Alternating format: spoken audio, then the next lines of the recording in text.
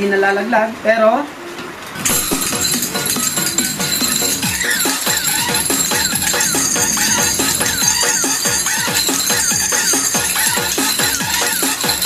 ganyan mag-advertise. Dito, nakasukat yan dito. Sa mga nagtatanong ng version 3 natin dyan, ito na yung tsura niya. Ayan, ayan. Nakita nyo naman sa malapitan. So ipapakita natin yung mga picture nito.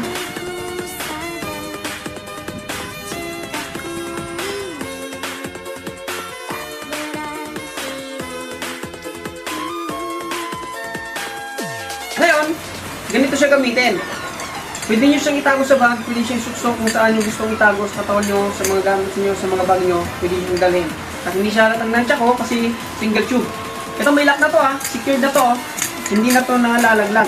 Kahit i-ganyan mo yan. Pero kapag gagamitin mo siya sa nansya ko, lalabas talaga to. Pero hindi siya nalalaglag. Hindi siya nalalaglag. Pero kapag hinampas mo siya, tulad yan, talagang lalabas siya. Ngayon, kung paano naman ito ibalik, yung maliit, nasa ilalim. Yung malaki, nasa itaas. Ganun lang kasimple, Tapos, i-clean nyo lang sa ilalim kung paano nyo, isasagad nyo lang. And then, ayun na. Lock na siya. Pero, syempre, nakalock yan, Pwede nyo siyang gawing panghampas. Bang, bang, bang, bang. Bang, panuntok, di ba? Pwede nyo siyang gamitin. Hindi nalalaglag, pero,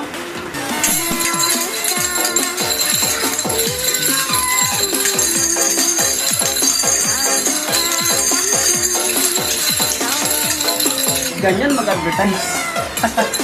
Dito, sukat yan dito.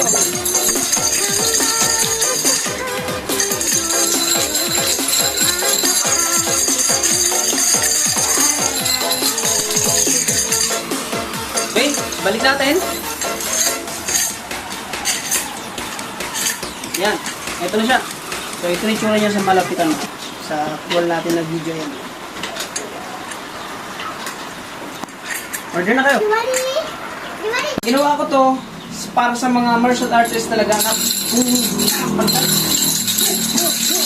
pag nag-strike sila, malakas. So, ibig sabihin ko lang doon, hindi siya tatalbog basta-basta.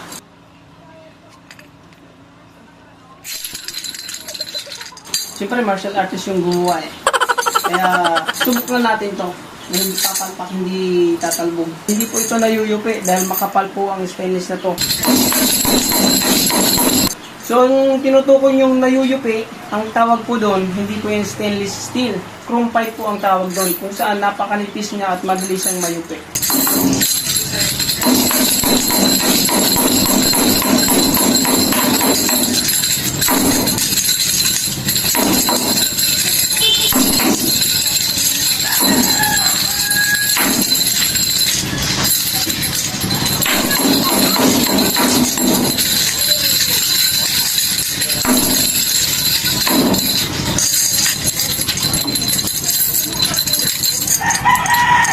So ito, hindi po mayuyupi kasi stainless po ito na makapal. Ayan makapal po ang stainless niyan guys. Kaya hindi po mayuyupi ang ating nunchuck na ginagawa.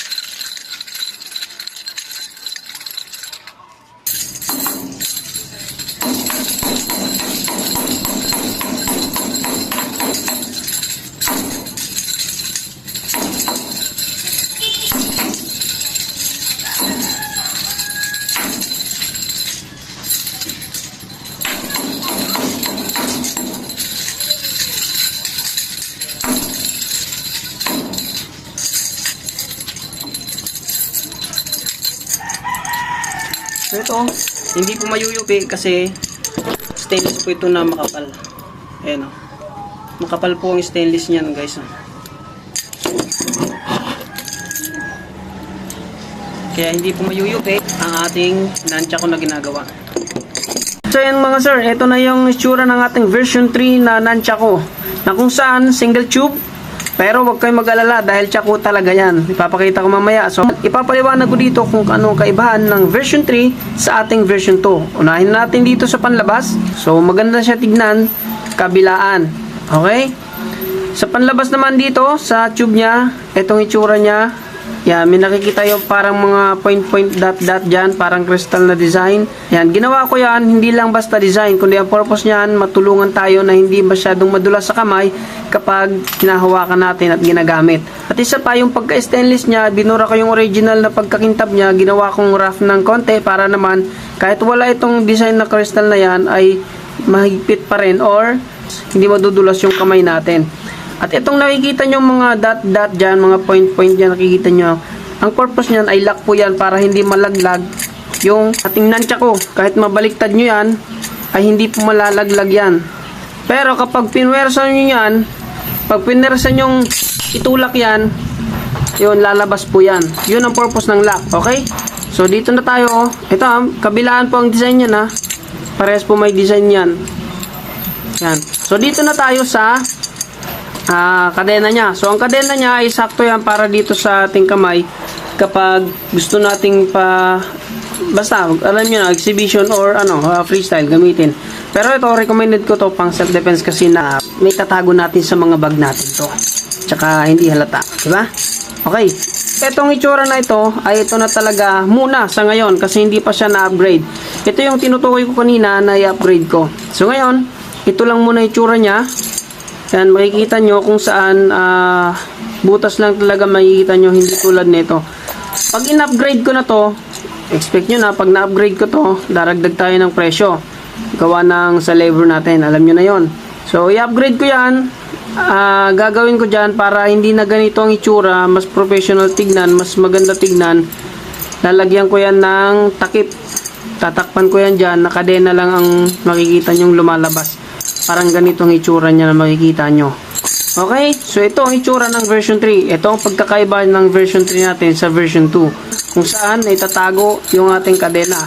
At kung paano naman ito ibabalik sa pagka single tube niya or stick ay yung maliit ay nasa ibabaw, ay nasa ilalim I mean.